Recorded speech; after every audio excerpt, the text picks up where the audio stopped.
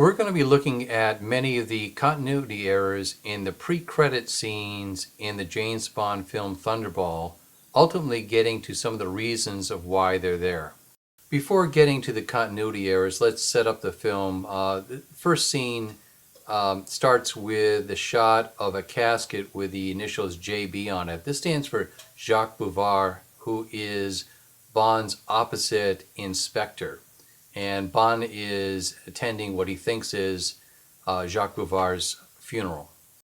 The filmmakers, by stressing the JB on the casket, are setting up a duality of James Bond versus Jacques Bouvard, MI6 versus Spectre, England versus France, good versus evil, ladies' man versus lady dresser.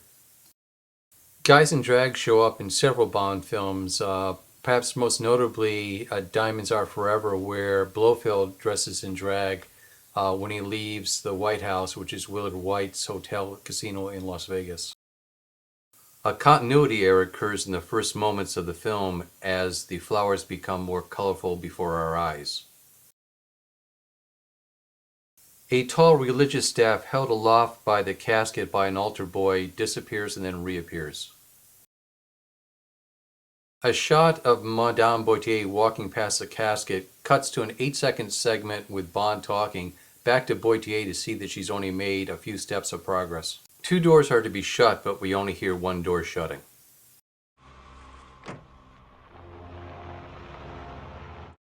If the quick cut from the car is to avoid showing the little girl smiling, why not cut a few frames earlier and cut it out entirely? Sean Connery's dub of the words "come on" don't match what he actually says. As I said, later. Come on. This is one type of continuity error, something missing or added where you can just observe a scene and see something as a goof. For example, if there was only 1 car door to shut and we heard 2 doors shutting, that would be an example of something added. Another type of continuity error is a point of fact. Later in the film, Bond will turn on his shower in his hotel room in the Bahamas and it instantly turns to steamy hot water. That would be an example of a point of fact. We know that doesn't happen in life.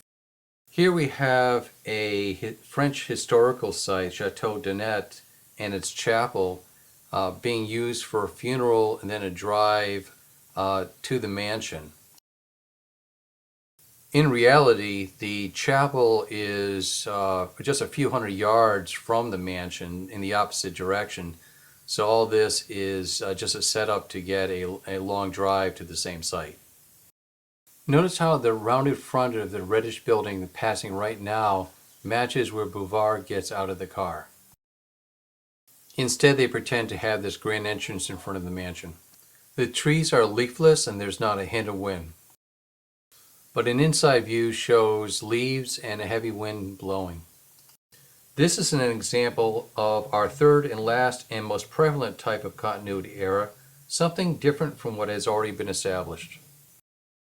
Madame Boitier's Bible goes missing as well as the other passengers in the car.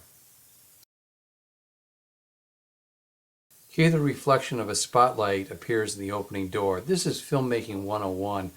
No pro in a big budget film is going to allow this to happen unless they wanted to. The filmmakers deliberately darken the veil on Rose Alba so that we can't tell that she is a woman, but it's an odd choice because it's already been established in the funeral scene that she's a woman. This causes its own continuity error as the background doesn't match prior shots. Giving us a clear shot at Rose Alba seems to defeat the purpose as well. Nor does it explain giving stuntman Bob Simmons a close-up later in the scene. Bond's arm is to his side, then showed bent, perhaps deliberately matching the picture behind him. Notice the light source coming through the window. First we have it bright outside but no sunshine coming through. Then we have dark outside and sunshine coming through. Finally, bright outside and sunshine coming through. Also notice that there's a box to the right of the window and the differences on the light source of that. Yellow knife toss at Bond, cutting to Bouvard, to cutting back to a knife with a natural wood handle. Even the branches by the window appear different, but whether they are or not is complicated due to the different camera angles used. Clearly they're using lamps outside the windows as a light source, but they could be using real exterior shots through the windows, or fake exteriors, or a combination of both.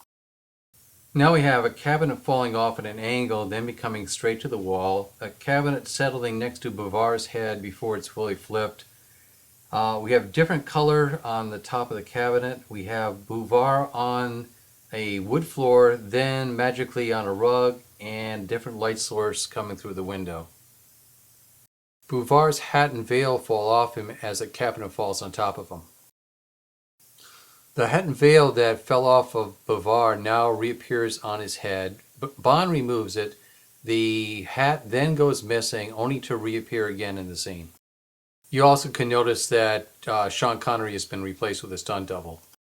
The bigger continuity error here is a grandfather clock falling over and the clock face coming back into the room. Obviously, the filmmakers wanted this to happen, and they've got a handler in the background shoving the clock face back out into the room. Following that, you can still see the white dial of the clock face still in its housing. As we see the time has changed, I'll note that someone with a crowbar would have trouble getting a clock face out of a grandfather clock. Bavar opens drawer then hidden behind chair, then the drawer is shown shut, and as Bond is flipped, you can see the drawer is now wide open. A chair that Bond slings at Bavar appears out of nowhere. A red chest is shown latched with two latches, and then the right latch is shown unlatched. Ignoring the back brace that the stuntman is wearing, when Bavar tumbles, he loses his shoe, which magically returns to his foot. Bond trips Bavar, who falls with his heel still on. When he gets up, he's barefoot. An inserted clip of Bond tripping Bavar is not from that side of the room. A fire that was blazing moments ago no longer is. A shelf below Bavar's right elbow seems to gain a figurine. The main thing to notice are the short and straight tulips that turn into another type of tulip that ultimately turns into long and droopy tulips that Bond dumps on Bavar's body.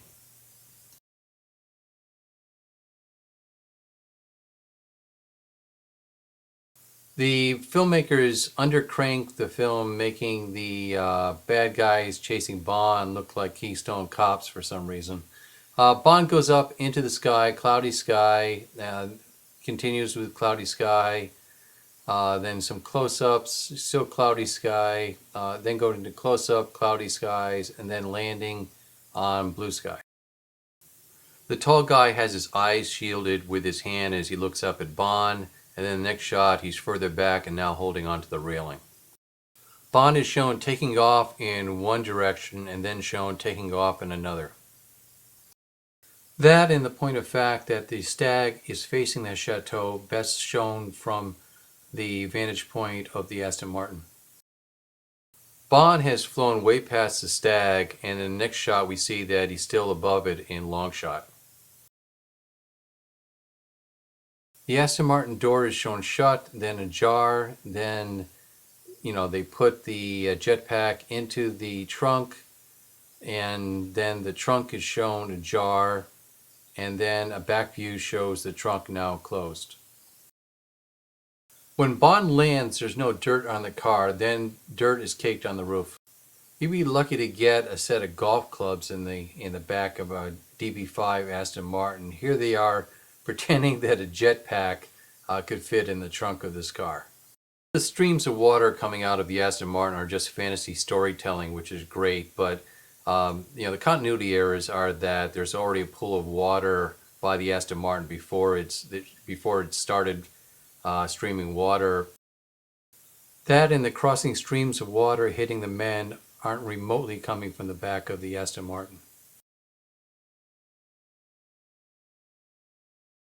You can hear the sound of 3 gunshots hitting the rear bulletproof plate, but only 2 occur after a gunshot.